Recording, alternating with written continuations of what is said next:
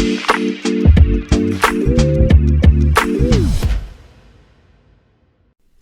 right, hello, and welcome back to another episode of the Chase Thomas Podcast, where I'm still the aforementioned Chase Thomas, coming to you live from Knoxville, Tennessee, up there in Milwaukee, Wisconsin. My good friend, fellow Blue Wireian, Ty Windisch of the Eurostep. Ty, good afternoon, sir. How are you? Good afternoon, Chase. I'm doing well. Thank you for having me. I always appreciate it. Thanks for being here, man. How are you feeling about the Bucks? Everything good? Like, you're floating. The Bucks are just floating in the East. Like, my Hawks is just they blew up the Suns last night, which was nice, but it's just been like, oh, they're gonna be a play-in team. This is rough. They're just gonna win 2, lose 2. This season's just kind of, it's weighing on me. The Bucks are like, we're gonna hang around the top 4. We're gonna be right in there. We're not gonna catch the Celtics. Like, they're gonna have the best record in the East, it looks like, but that doesn't really matter to us. Like, you have the Nets right below. Like, the Sixers, like, they're like, yeah, give us the Sixers in a 7-game series. We don't need home court for that. I don't know. Like, it feels like the Bucks are just there and good and elite, and we know all of this, but it doesn't feel like there's anything new. Is that how you're feeling with this Bucks season? I would say it's kind of been a season of different, like, not eras because it's within a season, but like of different stages. The first half of the year was so much. It was honestly kind of a slog, and they never dropped too far, thankfully.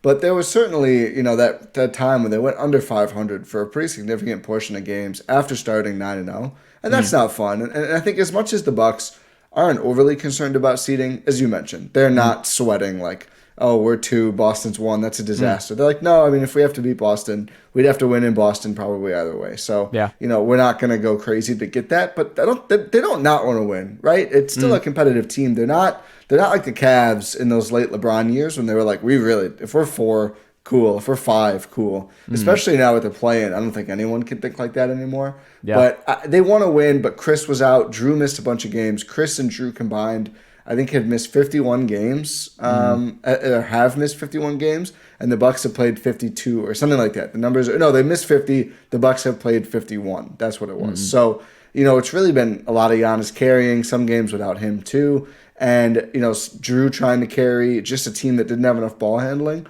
But these last 2 weeks or so, Khris is back. Joe Ingles is really rounding into form. They're really fun. So I think at this point, I think it's hard to not look at the season as a Bucks fan and go, hopefully, knock on wood, they weathered the storm of this first half, and now that they're mostly healthy, they're not going to go full throttle, but they can win a little bit more, really get ready for the playoffs, and then, that's their real season. Now, Bobby Portis being out makes it less fun, but still, I think it's getting to see some of these ball handlers, and especially Khris Middleton, healthy again. Now it's like, okay, it's the fun part of the season. Now it's the basketball we really wanted when we had to watch, everybody else doing a lot more, and it wasn't quite as fun or as successful. Are we closing in on the end of the Khris Middleton era in Milwaukee? I doubt it. Okay. No extension. He has a player option. Really, I have no idea what he's going to do with that player option, to be honest with you.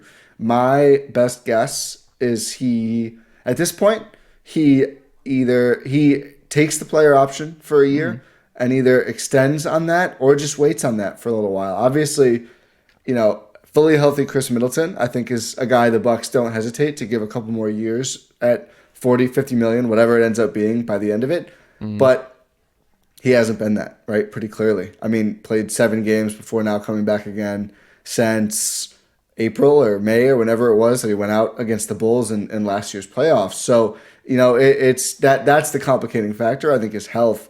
But I still think they'll figure it out. I mean, you look around the league, the true cap space teams for next season, it's like, is Khris going to go sign with the Spurs because he can make a little bit more? I doubt it. I don't think so. I don't think he wants that. I think they'll figure it out. It's probably the most tenuous it's been since Khris was first traded to the Bucks. But I'm not all that worried, and I do think even with the injury consideration, they'll figure out a way to keep him around, at least for another year or two. I look at 2024 as a potential pivot from Khris and Jrue, or at least one of them, to a bit of a younger co-star around Giannis. That's when they'll have more picks to trade that offseason. So I think we're going to see at least one more year. Do you think most Bucks fans feel this way? Or are they kind of tired of the injury stuff? Are they kind of turning where they're like, we love Khris. Obviously, he was an instrumental part of winning a title, but like the availability has to matter at some point. And it's like we can't win the title if we have to count on Khris Middleton year over year. And it's just, have we already seen the best, healthiest version of Khris Middleton in Milwaukee? Because that could be the difference in Giannis getting another ring and not. And like with Jrue playing as well as he has, like, is it kind of one of those just looming things for a lot of Bucks fans? So it's like, yeah, we get it. Like 2024 might be the end there, but like, hey, we're still trying to win a title right now, and he's just not been available. And you're just, do you trust him for another full playoff run? I think Bucks fans are kind of split. Yeah. I think I would say half and half. It's probably less than half that are like upset or whatever word you want to use with Khris or tired of Khris. But the thing about Khris Middleton and Bucks fans is there's always been a vocal minority of very anti Khris Middleton Bucks fans who are like, he's not good enough. He can't be the second guy. He can't even after be the title.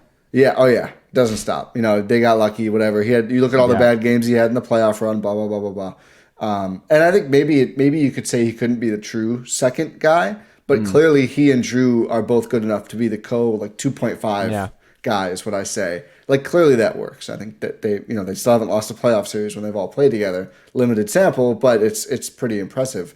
But I don't think we've seen the last. I think it's going to be interesting from here, like the rest of this season, which I think is why there is no extension and no long-term decision on Khris. Is everybody, the Bucks included, wants to see, what is he going to look like in this playoff run? I'll say this. I kind of sounded like Foghorn Leghorn there for a second. This second return, even though he's not playing many minutes, I think that the tape looks good. I think you really look at him and you go, yeah, it's Khris. That's Khris Middleton. They're going to be safe with him, but what he's doing in 15 and now 20 minutes, there's no reason why he can't do the same. Doesn't get much separation, but nails the shot anyway, draws contact, finishes through it, all the Khris stuff.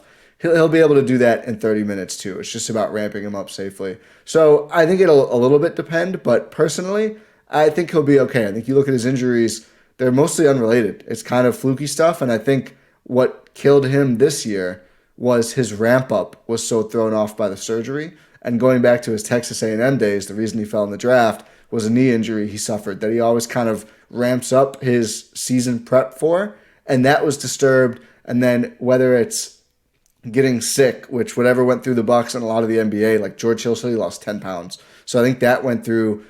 Khris suffered with a couple other things. His father passed away at one point and he was away from the team. So I think it's kind of been like the year from hell for Khris. So I'm optimistic that it's not just like, oh, he's prone now to getting injured. I think he suffered through a couple things that maybe not random, but it's not like, oh, Chris's knee again is acting up like it always does. It's kind of a new thing to bother him in season. So certainly hoping that he can put this behind him and with the right ramp up. And the Bucks, who are great at this, I mean, you look at how Brook Lopez is playing at his age after his injury status.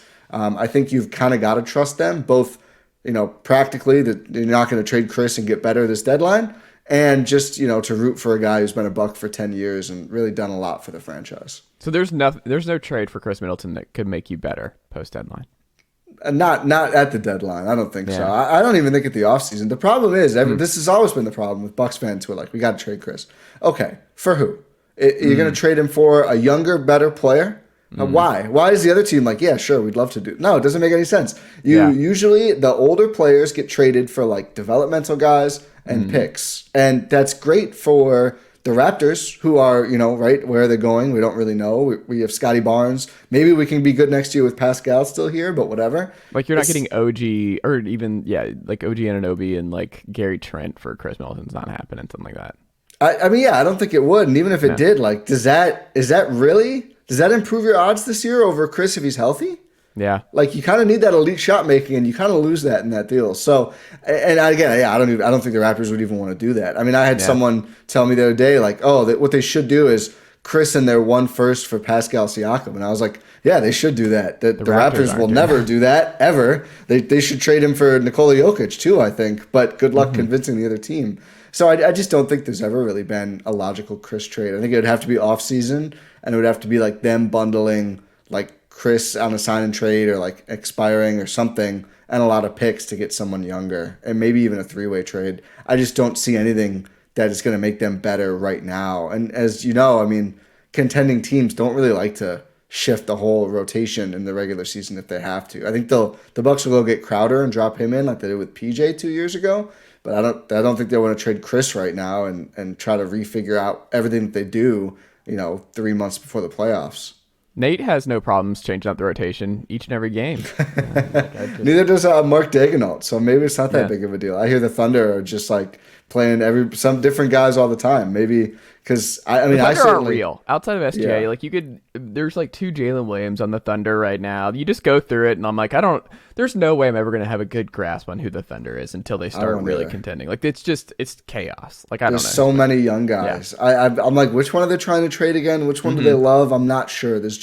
There's way too many. Yeah. When did Andre Roberson leave? When did he? Because I saw he got signed by the Blue yesterday, which is I don't understand how that happened. Or they traded for him. Like, where is Andre Roberson? Where has he been? I don't know where he's been. Man, those were good times. Andre Roberson just hanging out in the corner on title teams and just hoping for a prayer.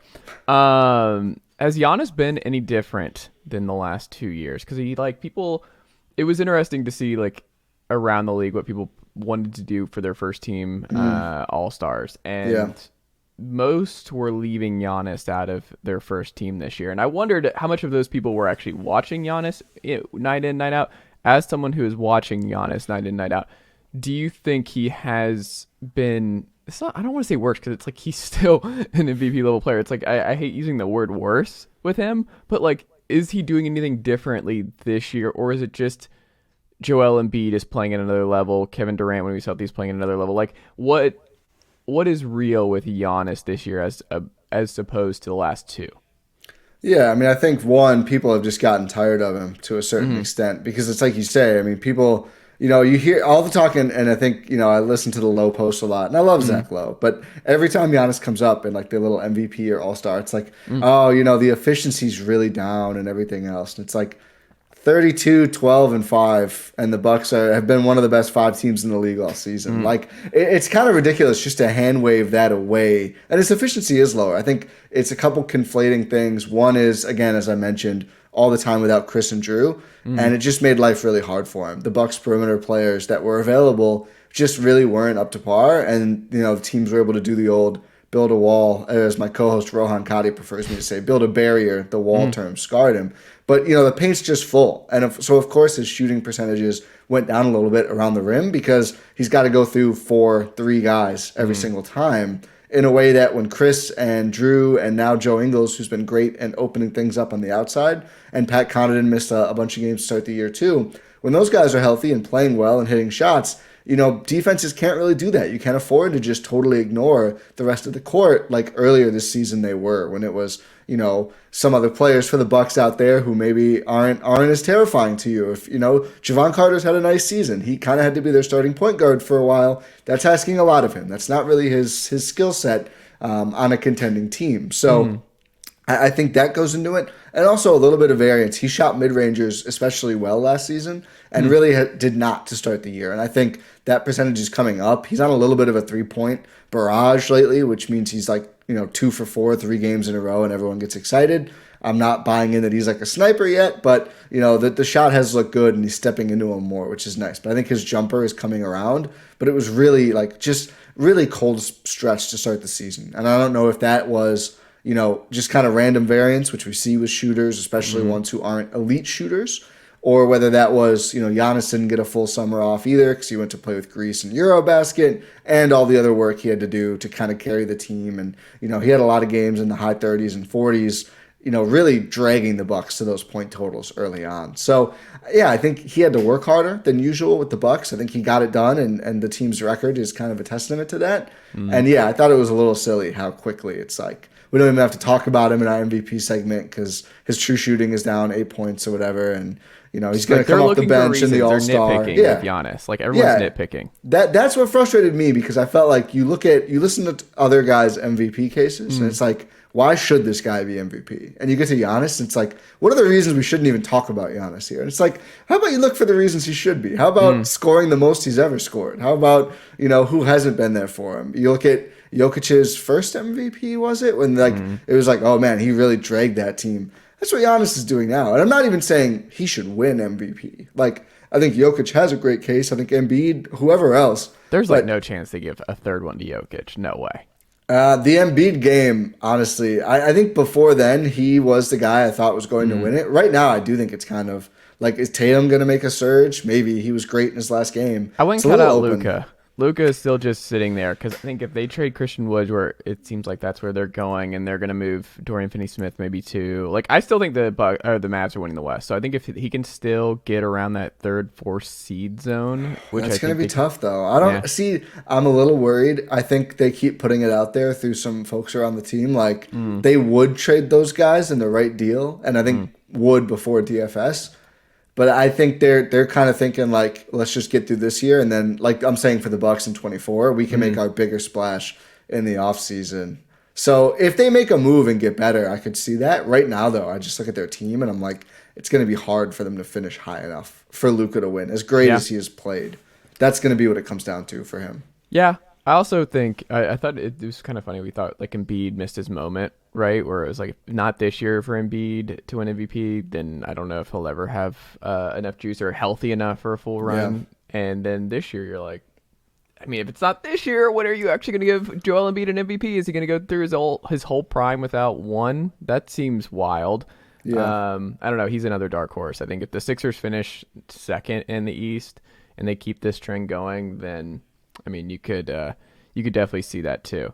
I think if any of the Bucks, Sixers, or Nets somehow get first, and I think the Nets are like totally falling out, which understandably without KD they just don't have a good enough team. Seed, But if one of those other teams, I mean, it seems like the Celtics are running away, but I think it's like 2.5 games right now. Like they have a lead, but it's not insurmountable.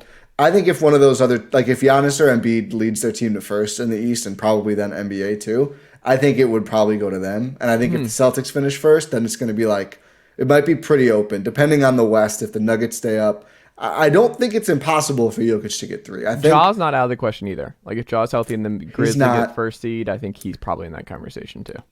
That's a good point. He's not out of the question. I would be a little surprised if he won. Yeah, I would too. But I think it's just, like you said, you have to win enough games. You have to be at 1-2 seed, something like that. And the problem with Tatum is him and Brown cancel each other out, I think, a lot. And it's not great, even though I think everybody would say Tatum's a better player and more important. Agreed. But where have the Bucks struggled at various points this season? Is it just health, or is there something that you've noticed throughout the year where you're like, this is different than the last few years? Like, what have you noticed where they've hit some lulls that have not come up the last couple of years? I think it's hard to say because I think we had the healthy Bucks roster, like their top 8, I guess, that you'd expect to play for 3 quarters. 3 quarters of Chris's return against the Pistons, and then Bobby Portis goes out. And so we really have not seen like the starters who, like right now Pat is starting, but assume Khris will slide in there at some point. So Jrue, Grayson, Khris, Giannis, Brook, and then the bench unit of, let's say, Javon Carter, Joe Ingles, Pat Connaughton, Bobby Portis, and then a little bit of Wes Matthews maybe in there, right? Like that's maybe your 9th guy. But their 10th guy at that point. We just haven't seen that group. So it's a little difficult to say like exactly what they're missing. Earlier in the season, it did seem like shot making and just juice like off the dribble. And that's why I was, getting excited about potential Jordan Clarkson deal, which I don't even know if Utah is going to trade him, but someone like that. But then Khris gets back, Ingles gets into a rhythm, and Ingles, I just can't say enough about how good he's looked given the injury and how useful he's been for the Bucks. And productive for their offense. So now it seems like, maybe it's a little shooting or just another big body defensively. You can always use more of those. Wes Matthews has played very well the last couple of weeks after a bad start to the year, but he's still 6'5". And as much as I think he could help you in a series, it's you can't just be like guard KD, right, for the whole series. He'll try Tatum. He does an okay job on Tatum, but you'd like more. You'd like more options. So I think Crowder, even though the offense is going to be a little bit of a question mark, as is the conditioning, because we haven't seen him at all, having that big body who you're like, is he going to shut down Kevin Durant or Jason Tatum? No, of course not. But also nobody is. And it's really just about like, he can play respectable defense. You can get more switchable. You can not have these gaping holes. So if Grayson Allen's getting, totally targeted and is not making shots like he was against the Celtics, you can just go, okay, you're not going to play anymore. And now we'll just have Crowder, Wes Matthews, Giannis, Khris, Jrue, maybe a little bit of Javon, although he's a little small, right? Like you have more flexibility. So I do think you get the big wing, you probably have enough everywhere else. They also need a backup big. Their big rotation's really thin with Bobby out. So I don't think that's a trade meant necessarily. That might just be like a buyout guy because Serge Ibaka has decided he's not going to play anymore for the Bucks. Which is a part of this league now. We just this is where we're at. Like it just guys are like Jae Crowder who might be a Buck. Who knows? Based on that, like they're just I'm not going to play anymore and get hurt until you trade me. It's just like the worst part about it is for both of those guys. Yeah. And Crowder's is worse, obviously, because of all the history and everything. Like the teams need them right now. Or now I think Cam. Why am I blanking on the Suns forward name who just got back? Jae Crowder. No. Oh, Cam Johnson. Cam Johnson. I was going to say Cam Thomas. I think I'm influenced by your pod. I know, he's on the Nets. They're basically both stretch fours who just only shoot three. So, yeah. But now that he's back, but like when he was out, the Suns really could have used Crowder. And the Bucks right now went from Giannis being out for 4 or 5 games to now Bobby being out for a couple of weeks. That's when they needed the backup big. That was the whole point of having him. But whatever, digression. But yeah, I think they'll need a backup big. It's not as important. That's a regular season like innings eater kind of thing. Mm-hmm. But I think a big body or some shooting or upgrading Grayson. But I just think that's harder to do and less likely to happen. Yeah. Well, it seems like Grayson's on the way out. Like, if you had to guess based on the reporting and where things are headed, do you think the Jae Crowder deal is dead, or do you think there's still a possibility that he's a Buck? I think it's happening. I think it's happening for sure. I think the Suns situation right now is so weird, right? They have the owner coming in apparently like the day before the deadline. So they might be waiting on that. Like, I'm kind of wondering, is he going to go full new owner syndrome and like announce trades at his intro presser, which would be like the classic, like, I own this team now, let me make a bang. Like, I'll announce this 4-team trade where we get OG or whatever the hell they get. And plus there is the, they're trying to find a third team, I think. I don't think the Suns are interested in any of the Bucks stuff. So they've got to find like who can reroute, the George Hill, Jordan Wara, Serge Ibaka 3 second-round picks to.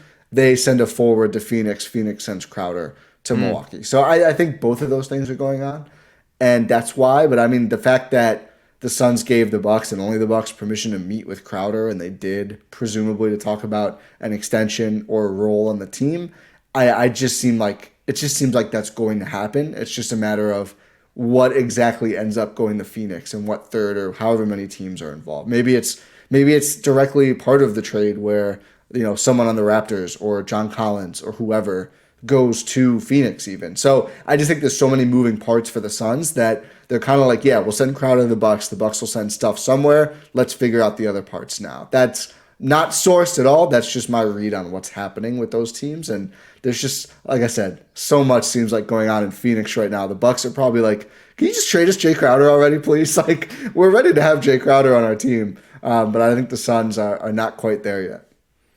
I just imagine the new owner coming in like Ari from Entourage with Jae Crowder, where he's like, get the like that's his first move. Like he just goes to the press conference, like Jae Crowder's out of here. And the other thing is like with Cam Johnson being hurt all year, like he could have just started this whole time and probably been out sooner. Like he would have just started. It would have been fine. Like he would have played a lot. I don't understand that one at all. Like, well, now they're saying it's an extension thing now, which is like, I guess, but it's very weird. Yeah. And usually I'd have more reservation about trading for a guy in this spot, but also like you need him and you trust the Bucks culture and like y'all want a title. Like there's teams where you're like, just bring him in. And it's like the Heat are in that conversation. Like you're in that conversation where it's just, you just kind of trust your culture that you've built that like, he comes in, he slides in, he's fine. 100%. I do think it's kind of weird that people are like they put him in the same zone as PJ Tucker, right? Where it's like, oh, he fills the PJ Tucker building. And I'm like, kind of. PJ Tucker's a different kind of dude. PJ Tucker, I think Jae Crowder has more opportunities to hit more shots than PJ Tucker, 100%, which is more important. But I think the defense and just the tank mentality of PJ Tucker is still just something that cannot be replicated even by Jae Crowder, who's a fine defender, but he's not PJ Tucker. I 100%. Also, the rebounding is a lot different. I mean, PJ's offensive rebounding, but it's like I'm really intrigued to see what the team looks like with Crowder, assuming they get him, because I think there's been a little bit of a shift to offense lately. I mean, Ingles has helped with that too, and just like more personnel that does stuff with the ball, and that's like Crowder, like PJ to Crowder is definitely a big shift of like, PJ I think is better defensively, but Crowder scores like 10 points a game. Like you look at last playoffs, and this was a comp I was referencing a lot when the trade seemed like it would involve Grayson, which it no longer does. Like I think PJ has sat out so long that the Bucks and other teams are like, we're not going to give you that much. We haven't seen the guy play at all. But like Crowder in the last postseason, I think scored more per game than Grayson Allen, who's thought of as like the offensive player, and he is a better shooter and probably a better fit with the Bucks. But like Crowder still scores. Like he gets to the rim, he'll make a couple threes. I think he's an insanely streaky shooter. I'm not going to rely on him, but it is still like. Whereas PJ would be like, I remember during the Nets series that like he was asked like, is it disappointing to you? Like, do you think you need to score more? He's like, I'm guarding Kevin Durant. I should have to score 0, and he did score 0 like 5 times in that playoff run. It just wasn't a priority for him. Yeah, which it worked. It was fine. It fit what the Bucks wanted to do. But that's not Jae Crowder. No, so it's just different, and I'm kind of excited to see like what that also impact has on the rest of the Bucks. Maybe they're a little bit less of a slog. Like they're fun to watch in the playoffs, but they're so like, we're going to score 95, you're going to score 90, or we're going to score 110, you're going to score 101. Maybe they'll be a little more fast paced. I'm not sure. We'll see. They are still a big strong team even with Crowder. So it'll be. I just can't. I'm excited for playoff Bucks, as you can tell. How about this? Stay or gone at the deadline. Here's your clairvoyant tie opportunity here. I like this. Grayson Allen, is he on or off this team after the deadline? I think he's on the team at this point. Pat Connaughton. Definitely on the team. People, the Pat for Crowder trade that was mentioned, I was like, no, absolutely not. How many firsts would the Suns throw in for that? I'm not sure, but the Bucks are probably saying no. It's too important. I like it. Khris Middleton. On the team, for sure. Serge Ibaka. For sure off. Like number 1 most likely to be off. I think no matter what, if everything else falls through, they'll send him somewhere. Okay. Javon Carter. I think on. Okay. George Hill. Probably off, and this pains me. Second year, they had to send him off for the contract. He'd get a ring this time at least, but it hurts me. He's played okay this year. His salary is just necessary to get Crowder or someone like that. Grayson Allen. Still on. Okay. Are you enjoying that? Do you enjoy the Grayson Allen experience? No, not really. No, but I think if you asked me by the end of the offseason, I'd probably guess off, especially. Like if they do get Crowder and extend him, it'd probably be a similar salary figure to Grayson. And then you have to see how both play. They'll have an Ingles decision. They'll be able to re-sign him at roughly the same or not if they want to. It's going to be interesting. But I don't enjoy it. But I think, he does what he does. It's fine. And there's the Grayson proponents will tell you he was asked to do too much against Boston. And I think that's true. He was asked to do too much. I don't know if I trust him to even do a little less. But I do think it's likely to look better than like, okay, can you just stand in and start and give us some approximation of Khris? And he was like, no, I can't. So I think if he's, a couple layers lower on the totem pole, a couple levels lower, he'll look better and, he can do what he does and he's fine. I don't think they have to trade him. I'm open to it, but, I don't think they're like going to press and like, we need to get rid of this guy because he can help them. He can hit shots, space the floor, or whatever. Thanasis. Always on. Always on. If he's off the team, something's gone really. Unless he started a podcast now. Unless he's going full-time media and he doesn't want the $1.8 million every year, I think he's going to be on the team. What a good gig, man! He's got a great gig. It's good. Got a really good motivational speaker, basically. Yeah. Has Jrue Holiday taken the lead? Because what's interesting too, we were talking about all-star stuff and how it's interesting. I think when you're a fan of a team and like listening to other folks nationally talk about your team and like who should be first team, like. Trae Young, it's like he's not an all-star. Like if you ask me as someone who watches all these games, like Trae Young's the 3rd best player on the Hawks this year. Like as of late, like he's the 3rd. DeJounte, it's not even particularly close. Like DeJounte Murray's been the best player. Yeah. And anyone who's like, oh, we're putting Trae in over DeJounte and you're at my all-star team. I'm like, all right, you haven't watched the Hawks at all this year. Like that's all I needed to know from you. And then you look at AJ Griffin, who is going to be a really, really good player, but he is so much fun, best shot creator. He's been really, really important in his minutes, and he saved some of the games for the Hawks this year. Like he is a really good player, good defender. Very excited about AJ Griffin. Better player, more fun to play with. Wow. All that. Wow, better player than Trae Young this year. I like that. So much fun. Like like Trae. Oh my goodness. Like it's funny. Like I was back home in Atlanta for the weekend. Took my wife to her first Hawks game, And Nice. it was fun. Kawhi Leonard hurt my feelings late in He'll that do game, that. but- He will yeah, do that. Speaking he from will do that. experience. Yeah. But you know what? I was just happy that I got to see Kawhi Leonard and Paul George and this Yeah. whole group healthy, because like you Yeah. just don't know anymore like when you're going to see guys on because you plan these trips out and you're like, I hope he's not missing this Right. game, and I was just glad that he was there. But it was one of those where I was like, here's the crossover. Like, here's AJ. Like, he finds his spots. He doesn't play like a rookie at all. And then Trae will get frustrated because, like, if DeJounte takes the ball up 2 times in a row and does stuff, then Trae's like, all right, it's my turn. And then I'm going to do something stupid. And he had a bunch of turnovers and he just gets lost on every defensive possession. Like, you watch Trae, I would highly encourage people, just watch Trae Young on defense. Like, for a full game. If you haven't watched the Hawks, just watch Trae on defense. Fast forward the offense stuff. Just watch what happens on defense with Trae Young. It's just, he can't. Like, he's smaller and he's just never in the right spot. He gets killed on backdoor cuts all the time. It just gets killed in ball screens. Like, he's just not. And then DeJounte's over here like a pterodactyl all the time, like just swiping everything. And he's great. Like, I love the DeJounte Murray experience, but the Trae Young experience has not been great at all this year. All that to say, Jrue Holiday, it seems like around the league of people who you would not have guessed would be like, hey, Jrue Holiday, absolute all-star this year. Because he's just never felt like that. It's like everyone's like, he's a good player. Like, everybody wants a Jrue Holiday on their team. He entered like, the Conley zone. That's where it's been at lately. Yeah. But is he an all-star to you? Has he actually gotten better in some areas this year that it comes as no surprise to you and Bucks fans that he's getting more love nationally as an all-star? I think the reason I think he's a little better, but I think he's just been so good and just largely underappreciated. I mean, if you ask any Bucks fan who watches the team a lot, last year when the All-Stars were announced and we heard one of the last ones was Milwaukee Bucks, and we're like, oh, good, Jrue got it, he deserves it. And then Khris Middleton, and we were like, oh, it's great. We'd like to see Khris get his 3rd All-Star. I think that's terrific. Jrue was better last year, for sure, last regular season. And I think this year, the reason he's getting more buzz, and I keep seeing 2 Knicks on and 1 Buck, and I'm like, doesn't sit right with me.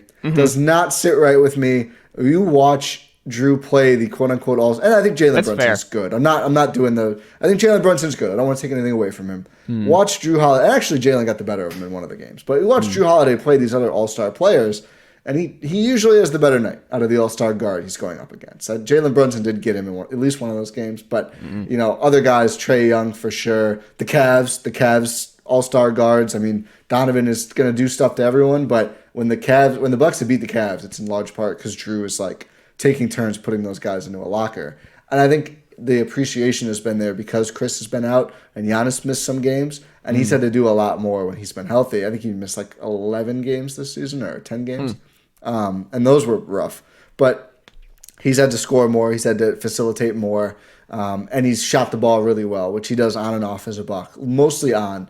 His step back is so good. And he's just had some of those big moments that are like all-star moments. Like the 4 games Giannis missed. They lose 2 in Miami.